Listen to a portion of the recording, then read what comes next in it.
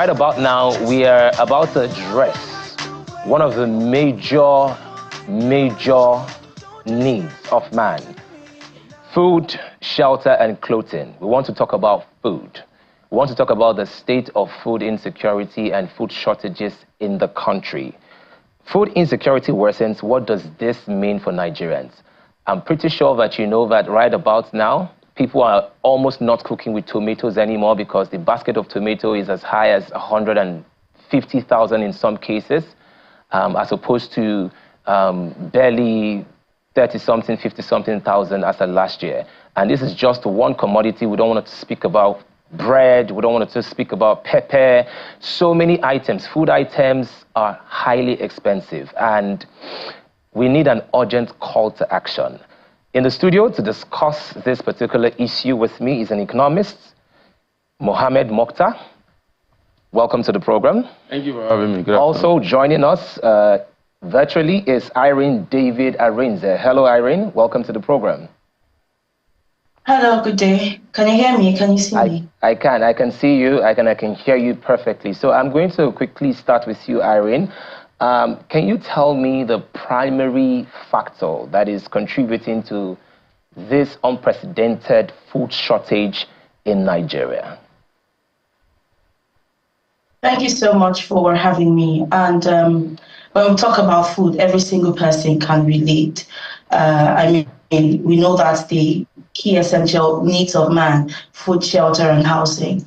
And so with respect to food, there are quite a number of things that contribute to this. I would like to start from just a bit of history. When we look at our national flag, green, white, green, the green there actually indicates or symbolizes our rich natural resources, our rich agricultural heritage. And so the question becomes, are we really living up to what our national flag symbolizes, what we are known for? And we know that we were heavily involved in agriculture before we found crude oil, which I like to call black gold, which literally just made us forget, or why should we work so hard when we can literally just, get oil from the ground and that's it, But we then see that the drop in the value of our currency has really impacted on agricultural production beyond the other things that we already know: insecurity in the country, particularly in the northeast and northwest. But you find that a lot of agricultural inputs that we need, the seedlings that we need, if it's already advanced seedlings, or the fertilizer that we require for farming, or even the tools that we require for farming, all of these things, most of them are imported. And given the fact that we have rapidly seen a decline in the value of our currency, the cost of bringing all of these things into the country is very expensive. Now, we know that we have 4 different inflation zones in the country. So you find that, for example, the fertilizers, the seedlings, the machineries that are required for agriculture comes in through the ports from Lagos, goes up all the way to Kano. We already know that within these northern regions, we get about 80% of the grain that we need in the country from this axis. Now, the cost of importing these things is moved up north, right? And then by the time they're done farming and harvesting, now we are including that cost of importation, cost of labor, and then the high cost of transportation now coming all the way to the south. So you see that naturally, without even doing anything else, the cost of food in these regions become very expensive. So Thank you. I'll just stop there. Thank you very much for that very detailed explanation. You have now highlighted, the factors that is causing this particular issue. Mohammed, I'd like to ask you, what is the implication or what is the effect, especially on the low-income households?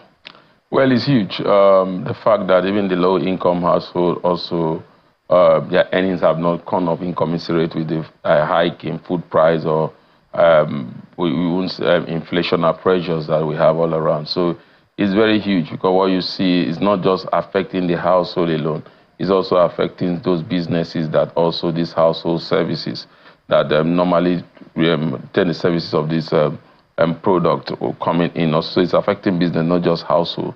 Cost of, if you used to buy 2 before, you buy 1 now because you cannot afford to buy 2. Then some other commodity are just knocked off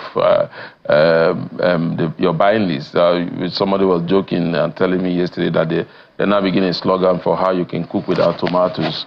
People are now using cucumbers, yes, and others, and so it's not even a joke; it's real. Okay, you see, so that's what is not telling you that a lot of people are now. So the cost of tomatoes has gone up. So the tomatoes farmers also will bear the cost on their bottom line because a lot of people will not be buying much tomatoes as they used to buy before. Like she said, most of Nigerian current challenges that affect households are largely driven by government policy. 2 major government policy: removal of subsidy, floating of the currency. Removal of subsidy, cost of transportation has skyrocketed because cost of energy went up, cost of petrol and PMS went up. So you pass that buck to your consumer. Then when you talk about floating of the naira, importation of goods has gone up drastically because before now 700, 800, we started from 360 to 450 to 600, 700 when this administration came to power, jacked it up to 1,500, and it's not steady. Today is 1,500, tomorrow is 1,515, next day is 1,400. Nobody want to do business when there's a lot of instability. So it has an effect on the cost of some of these goods. And you know that 80% of what we consume, we cannot actually produce it all for ourselves. Even when the ones that we could produce, like you said, the machineries, we cannot even fabricate them here because we've not been able to take advantage of our steel sector. So we have to import. So it's like I said, the macroeconomic climate in Nigeria is affected by 4 major issues. You have the macroeconomic induced inflation, you have the monetary policy induced inflation. By the time you hike interest rate, your cost of funding has gone up. Then you also have the FX induced inflation, high exchange volatility that has been going on. Then you have a demand and supply induced inflation because a lot of people are demanding for that product. The product is not available. The cost goes up. So we are suffering from a lot of challenges that is making a household really suffer because, like I said, cost of this have gone up. And the earning of these households have not gone up in commensurate with the cost of services. Now, let's talk about how the government is responding to these issues. In fact, the presidency, they've actually started and they've said that they were going to transfer 50,000 naira to 100,000 households, across the country. Also, each state, I think they're releasing a certain amount of funds for the governors to purchase CNG buses, and that is just to mitigate transportation. So the big question now would be, how effective do you think that would be? Would it be highly effective, or is it just a matter of a drop in an ocean? The problem in Nigeria is that we keep doing the same thing, and we think we'll have different results. Transfer of cash to household, how has it helped? Remember the fraud incident of the humanitarian department that have been ongoing. So you can't say you've come up with a better system. How do you assess the 100,000 vulnerable Nigeria? Where are they living? Where are they located? Where did the data? Where did you get the data to know that this is vulnerable? This is so it would definitely be hijacked by politicians to satisfy their own political ambition or their own party men or party representative or their own people. So I'm not so excited about that. See, CMG buses, we've been hearing about CMG buses since they came to power. It's not easy to just get those buses and turn them back, bring them into Nigeria. Not that those buses are there waiting for you to come and buy them. They will have to be produced. So that's why we have had the issues of those buses not coming in up to this moment. That's by the way. Then secondly, look, there are easy ways that government should address this insecurity. It's just that because, food insecurity, just because government is not ready to take a bite of their revenue. Because like I said, what is causing most inflationary pressures, cost of living that we are seeing is the exchange rate. Now, we've not been able to attract so much effects into the economy to stabilize your exchange rate. So what do you do next? Then you look at things that you have control over.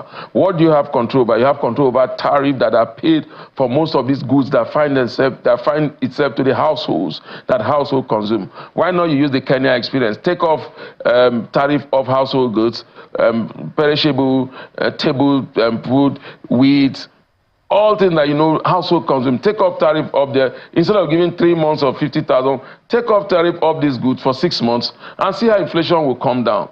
You need to do that. So when you do that, then you are addressing not only inflation to the vulnerable, because what you think you are addressing is that the vulnerable are affected, and also the rich are also affected. So what you think you are giving 50,000, the other rich that is running businesses and businesses are not, will definitely jack his cost of it. So what you are giving them at 50,000, they lose the other way. So bring in a policy that will affect everybody, that will grow businesses, that will bring down inflation. Because presently now the policy that we have is killing homegrown business, because when you want to control inflation, you are not now. Government is saying they are going to pour about 1 trillion into the economy. They are going to bring CMG buses. They are going to give household. They are going to involve in mass economic agricultural production.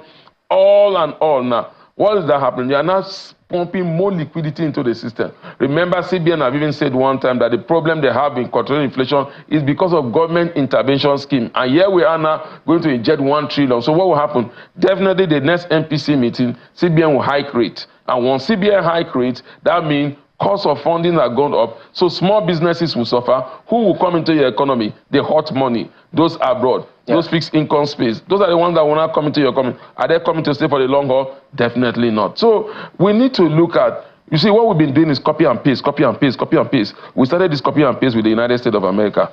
Today, their rate has gone down. We are still doing hike the rate, hike the rate. And the more you hike the rate, yeah, so basically you are saying that every country's problem is bespoke and we should be able to solve our problems based on the uniqueness of our country. How did we address our COVID-19 pandemic? We came up with our own ingenious ways of addressing it. Even the world have to come and learn from Nigeria. Okay, so I need you to hold that thought because I need to speak with Irene right now. We need to talk about the ripple effect of food insecurity on other sectors. You know, Irene, you were very, when you were elucidating your initial points, you did speak about how, you know, the primary factors of naira flotation, etc., affected where we are now in terms of food insecurity. Now, how is this particular problem affecting other areas of our economy? Thank you very much for that question. But I think it's very important, given that the conversation is really about food security, food insecurity and inflation. I'm currently in Michigan, and Michigan State University to be precise. And I find that during a lot of our meals, there are a lot of, a lot of variety. And I had to ask, how do we get all of these our agricultural produce? And the response was, well, we grow most of the things that we eat here. And I had to then go look at the farms around the school.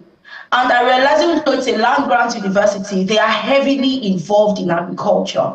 And I think that one way we can actually solve the problem of, farming, feeding, food insecurity is for us to also embrace subsistence farming. I was on this show a while ago with Ebuka where we talked about inflation. At the time, I was not even farming. But I needed to also see what it looked like as a Nigerian citizen to farm and to grow what it is my household would eat. Now, I can tell you categorically that investing in the entire, so it was rice that I found at the time, right? Yeah. It was just a half bag of paddy. I did not even use the advanced seedling, which was supposed to give me very high yield. But I can tell you that after 3 months, I was able to harvest for just a plot of land at the time. I was able to harvest 10 bags of rice. I think it was about 11 bags of rice. For the last 3 years, I can categorically tell you that I have not bought rice in my house. I have even had to gift because I can't finish 10 bags of rice. So you see that, for example, and when I started farming my rice, I could see, even when I'm cooking it, the starch that is brought out by the time I'm washing is not white. It's not what we are used to when we have to eat foreign rice. So you see how I already know that that is more healthy for me. It's more healthy for, for my family. And all of these things are very critical points that we really should pay attention to. You were asking how this, floats into other aspects of, the other sectors. We have health, we have education. If children are not able to eat balanced diets, how are they going to be able to concentrate in school, for example? Now, I'm very sure that the level of imbalance bit when it comes to nutrition in your food. Of course, you know that it's cheaper to eat carbohydrates than anything else, right? When it comes to your nutritional content in your food. And you realize that people just eat what is available. Right, and they're not even able to eat 3 times a day. I've had quite a number of people tell me, oh, we used to eat 3 times a day, but now we're eating just once a day. These are things. So you see that it's an entire value chain that we really need to start finding solutions. While we know that the government has its responsibility. I strongly believe that Nigerian citizens, I always say that every time, I believe that every household should farm. You should at least farm some. I don't know how, but I feel the wealth of okay. Yeah, I'm going to put you on the spot right there. I mean, you have to consider other factors also when you want Nigerians to adopt subsistence farming, like you said. Factors like, do they even have the available lands to cultivate the food itself? I mean, would you take us through your process so that at least the Nigerians that even have a land to farm on can at least take a cue from you? But I'm saying, speaking from a general point of view, you know, most Nigerians do not necessarily have a land they could farm on. And even if they do have lands, you also have to now consider how fertile is the land. You know what I mean? But please take us through your process very quickly so that those that do have the lands can take a cue from you. Of course, I'll be very happy to share. One thing I think one of my strengths is my ability to see opportunities and leverage on them. You would not believe that the first farm that I planted on was a farmland owned by a cleaner in my former organization. Oh, it wasn't your farm? Some people that took, it wasn't my farm. And it just cost me about 24,000 naira to hire the farm. So there's something they do within those, around those areas. Some of your cleaners that you work with, their fathers have given them land somewhere. The farm I'm currently farming on, it's my security man's farmland that his father gave him. I'm hiring it from him, and it's just for a little amount of money, and I'm able to farm. And so these guys, because it's their community, I necessarily don't even have to always go and visit. They have guys there that are looking for jobs. So I hire this farm from them. We do the mathematics. They tell me, oh, this is what I need, fertilizer in this quantity, the seedling, half bag of it, either 30 kg, depending on the square meter of the farmland. My boys in the village are going to help me. They are going to be very happy, you know, helping cultivate the farmland as far as we pay them a certain amount of money. That was the method that I used the last time. That's the same method that I'm using this time. You know, I farmed in Benue, currently farming just at the outskirts of Abuja this time around, and it's working. So I think if we're able to tap into the resources that are already available to us. I also know that maybe not everybody may have this opportunity, but of course, I'm happy for you to reach out to me. I'm on social media as well. If you need to farm and you're very serious about farming, the first farming, I know that the cost of farming this time around may not be that cheap, but for the 10 bags of rice that I cultivated the last time, I spent 199,000 naira. That rice is still remaining in my house. Yeah, we're not done eating it. Wow, thank you so much. So you see, you may not really know how these things work, but it's possible. You can farm what you eat in your house. You can do it. It is possible. It is possible. We're actually running out of time, so we also need to address other issues. You are an economist. Now, you are not necessarily happy with the government's policies that the president has put in place. You think it might not necessarily be effective. So what are the short-term, because right now I don't even think we can afford to have, I mean, it's good to have long-term, but we need an urgent short-term strategy. So if you were to advise the government, what short-term strategy will you give them? One, like I said, cut off your revenue, take a bite. Bring down those tariffs of household items. Yeah, you've stated that. Yeah, so bring it down. That's one they'll give them. Then look at how you can also think of importation also of some household item into the country also. They contemplated that before, but they stuck it somewhere along the line. Importation of household items? I mean, importation of food items. Food items. Because you cannot meet those consumption locally. Don't you think that might also add to the current issue of our, Naira? FX? You see, when you talk about when you begin to talk about FX, it's those that have, it's the people that are able to eat. You will govern, and you begin to tell them how to bring down FX. The other last short-term measure is what they are already doing. I give it to them. They're looking at short-term measure of attracting effects into the economy. They are looking at what they've done with Exim Bank, we've done with the World Bank. I think those are measures that are short-term to boost liquidity because they need liquidity to be able to get our naira stable. But I, for one thing, the best policy that can help drive down inflation is just one key policy, because what is driving inflation in Nigeria is not just the supply chain distortion because of international issues that have to do with Russia. That's not really what is driving Nigerian inflation. Nigerian current inflationary pressure is driven mostly by FX liquidity. Okay. How do you address FX liquidity?